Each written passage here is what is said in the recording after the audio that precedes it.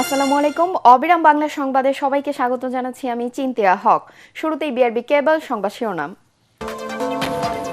পলাতক স্বৈরাচারের সঙ্গে আঁতাত করে টিকে থাকা গুপ্ত দলটি মানুষকে বিভ্রান্ত করার চেষ্টা করছে। সিরাজগঞ্জের জনসভায় তারেক রহমান, সবাইকে সতর্ক থাকার আহ্বান। জাতির কাছে ধাক্কা খেয়ে এখন কেউ কেউ হ্যাঁ ভোটের পক্ষে কথা বলছে শফিকুর রহমান। ভারত সরাসরি একটি দলের পক্ষ নিয়েছে বললেন নাহিদ ইসলাম।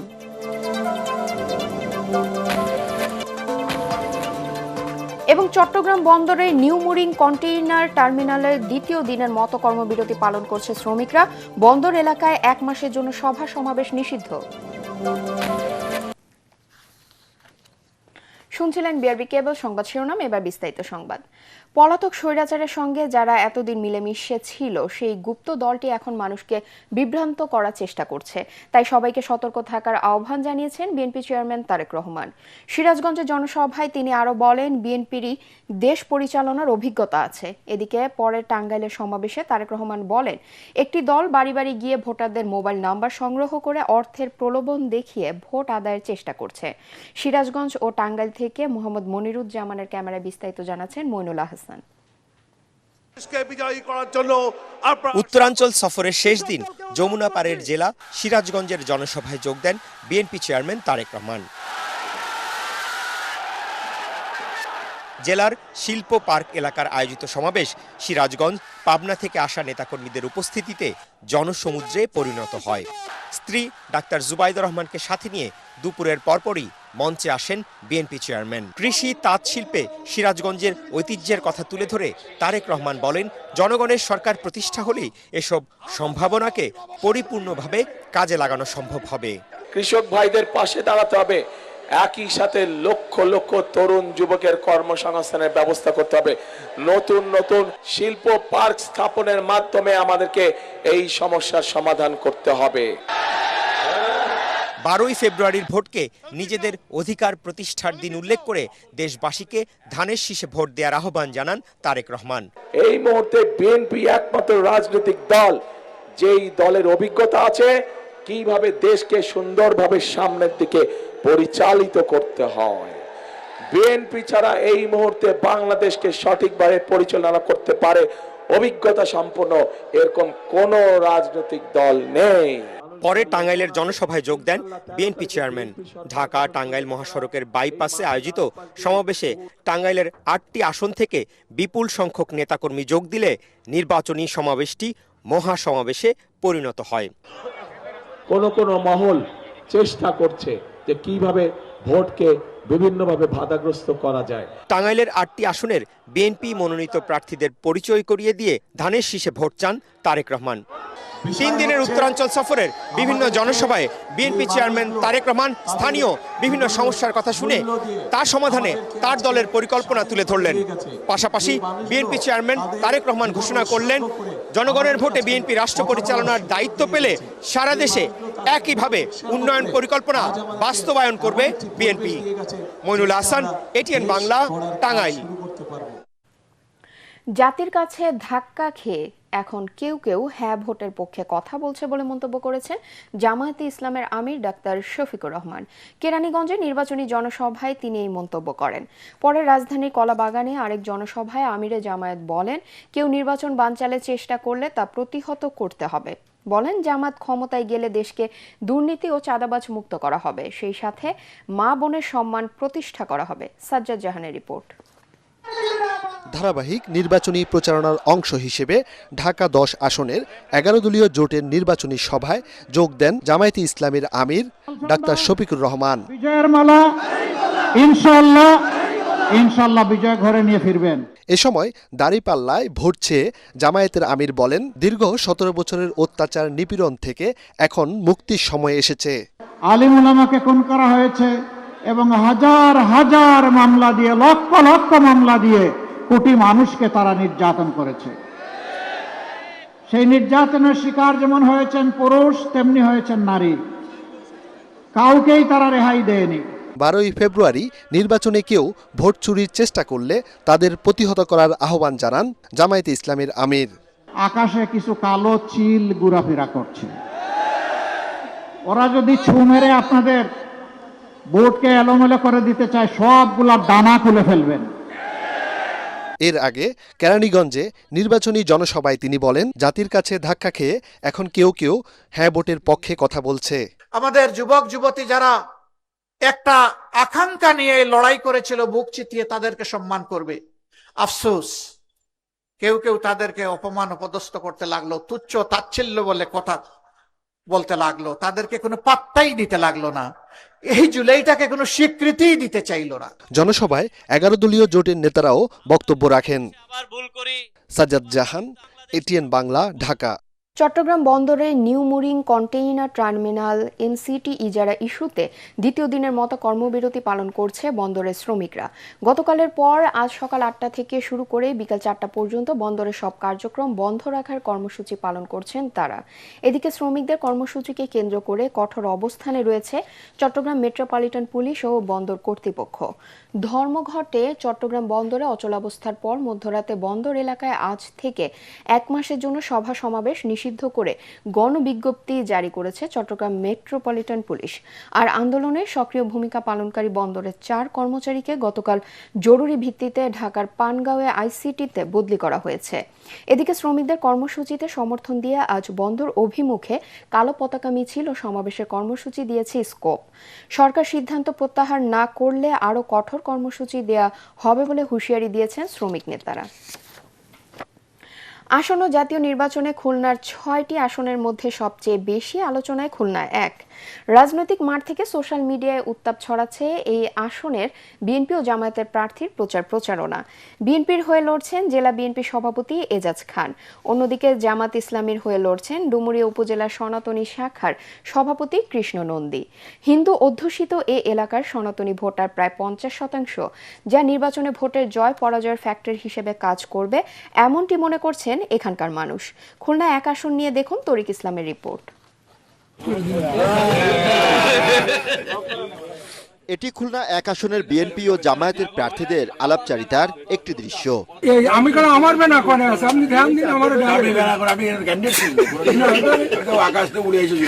যেখানে চির বৈরিতা ভেঙে দুজন প্রার্থী মেতে উঠেছেন খোশ গল্পে, যা ভাইরাল সামাজিক যোগাযোগ মাধ্যমে।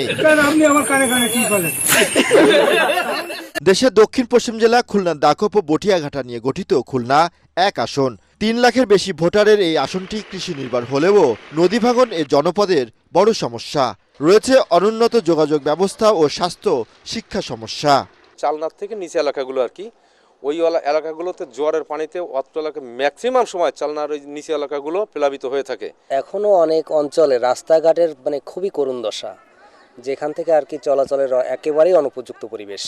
দলীয় কোনো পদ না, অথচ ট্যাগ লাগায় প্রশাসনের যে বাড়িতে যে হুমকি দামকি দেওয়া, এটা সেটা তাড়ানো ধরা। যে জনপ্রতিনিধি হবে ওনার কাছে আমরা আশা রাখি যে যাতে আমাদের খুলনায় আইনশৃঙ্খলা পরিস্থিতিটা একটু ভালো থাকে। খুলনা জেলার 6টি আসনের মধ্যে মানুষের আলোচনায় খুলনা 1 আসনের জামায়াতের মনোনীত প্রার্থী ডুমুরিয়া উপজেলা সনাতনী শাখার সভাপতি কৃষ্ণ নন্দীকে ঘিরে। জয়ের ব্যাপারে আশাবাদী বাবু কৃষ্ণ নন্দী চালাচ্ছেন নির্বাচনী প্রচারণা, তুলে ধরছেন এলাকার উন্নয়নে নানান পরিকল্পনার কথা।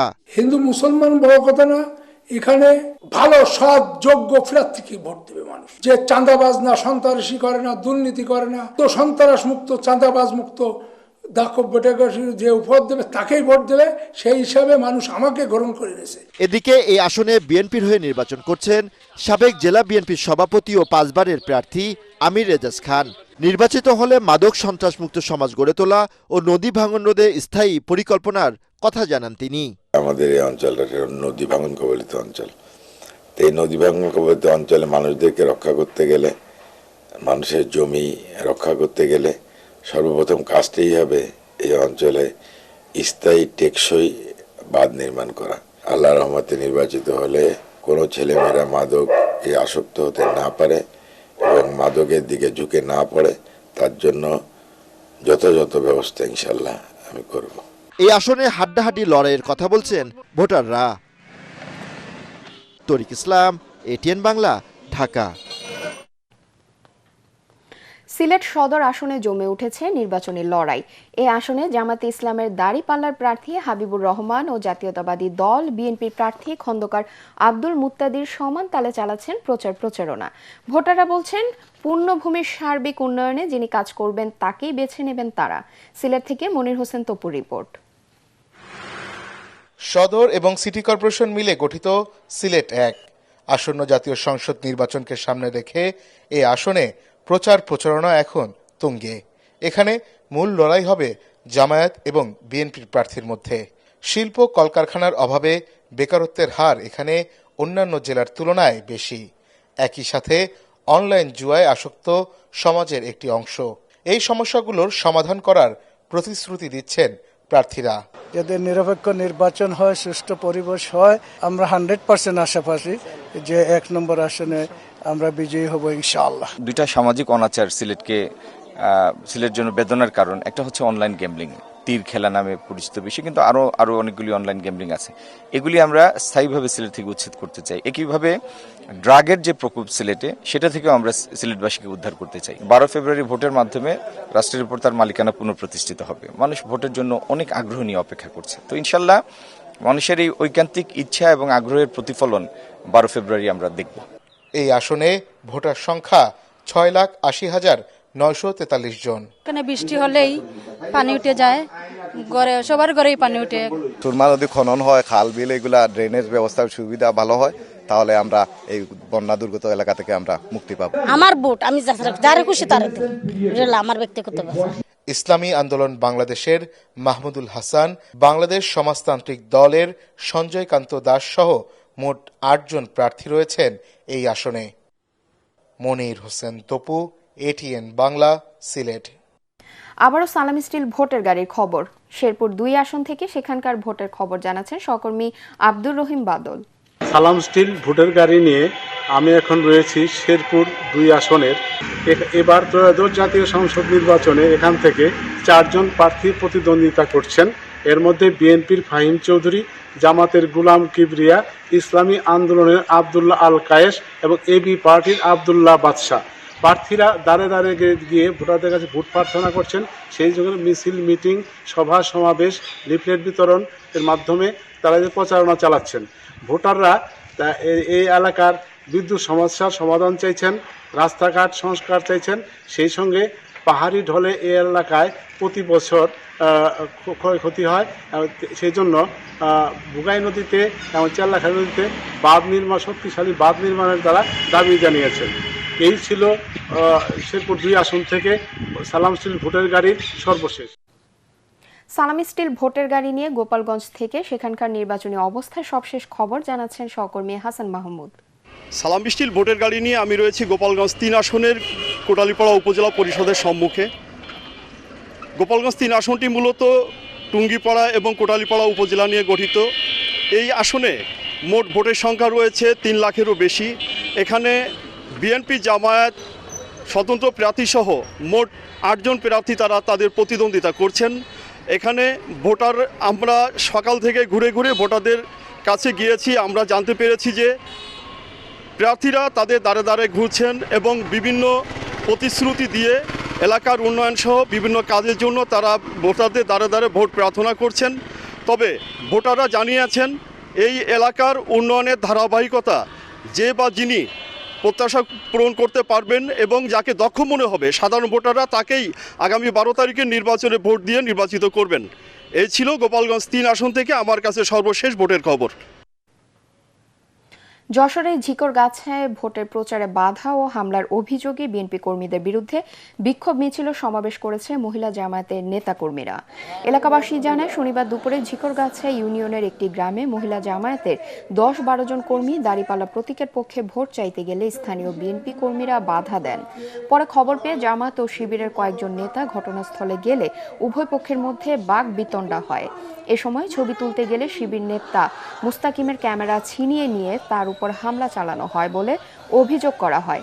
এতে 3 জন আহত হন। পরে ঘটনার প্রতিবাদে ঝিকরগাছা বাজারে আয়োজিত বিক্ষোভ সমাবেশে দাড়িপাল্লা প্রতীকের প্রার্থী মোসলে উদ্দিন ফরিদ 24 ঘন্টার মধ্যে হামলাকারীদের গ্রেফতারের দাবি জানান। ব্রাহ্মণবাড়িয়া জেলা কারাগার থেকে অন্য আসামির নাম ঠিকানা ব্যবহার করে কৌশলে পালিয়ে গেছে হৃদয় নামে এক হত্যা মামলার আসামি।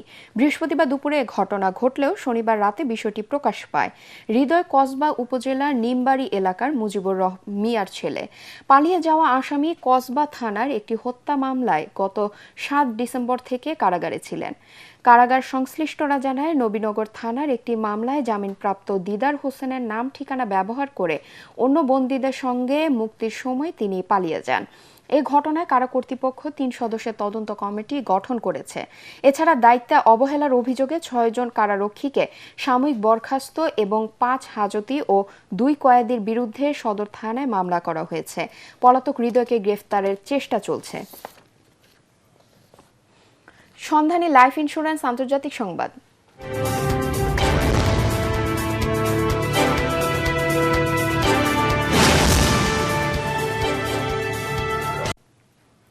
যুক্তরাষ্ট্র যদি ভুলেও ইরানে হামলা চালায় তবে জবাব দিতে দেশটির সেনাবাহিনী প্রস্তুত রয়েছে বলে সতর্ক করেছেন ইরানের সেনাপ্রধান জেনারেল আমির হাতামি। শনিবার তেহরানে তিনি বলেন, অঞ্চলের শত্রুদের সব ধরনের তৎপরতা নিবিড়ভাবে পর্যবেক্ষণ করা হচ্ছে। যুক্তরাষ্ট্র ও ইসরায়েলের উদ্দেশ্য জানা থাকায় সেনাদের আঙ্গুল ট্রিগারে আছে বলেও হুঁশিয়ারি দেন তিনি। ইরানের আশপাশে বিমানবাহী রণতরী, ক্ষেপণাস্ত্রবাহী ডেস্ট্রয়ার সহ মার্কিন যুক্ত জাহাজ মোতায়েনের জবাবে এসব কথা বলেন তিনি। মার্কিন প্রেসিডেন্ট ট্রাম্প ইরানের সঙ্গে সমঝোতার আশা প্রকাশ করলেও চুক্তি না হলে কি হবে তা নিয়ে সংশয় রয়েছে বলেও ইঙ্গিত দেন এই সেনাপ্রধান। একই সঙ্গে গুরুত্বপূর্ণ হরমুজ প্রণালীতে আজ ও আগামীকাল গোলাবর্ষণের মহড়ার কথাও জানান জেনারেল হাতামি। এবারে খেলার খবর।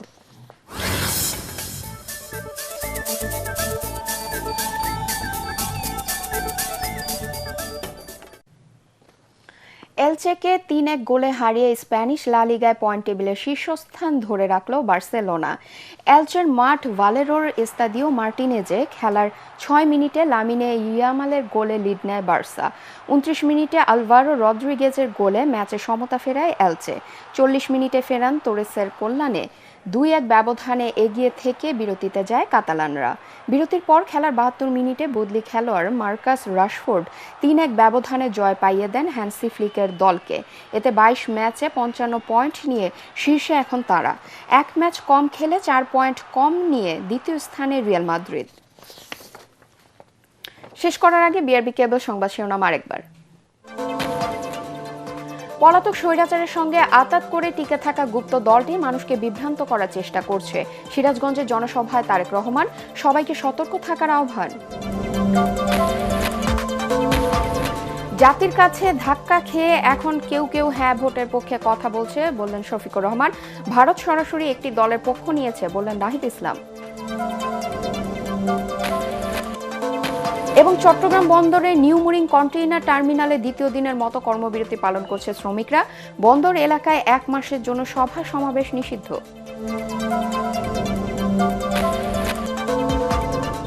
পরবর্তী সংবাদ দেখার আমন্ত্রণ জানিয়ে এখনকার মতো শেষ করছি। এটিএন বাংলা সংবাদ ইউটিউবে দেখতে ব্রাউজ করুন youtube/ATN Bangla News। ধন্যবাদ সবাইকে।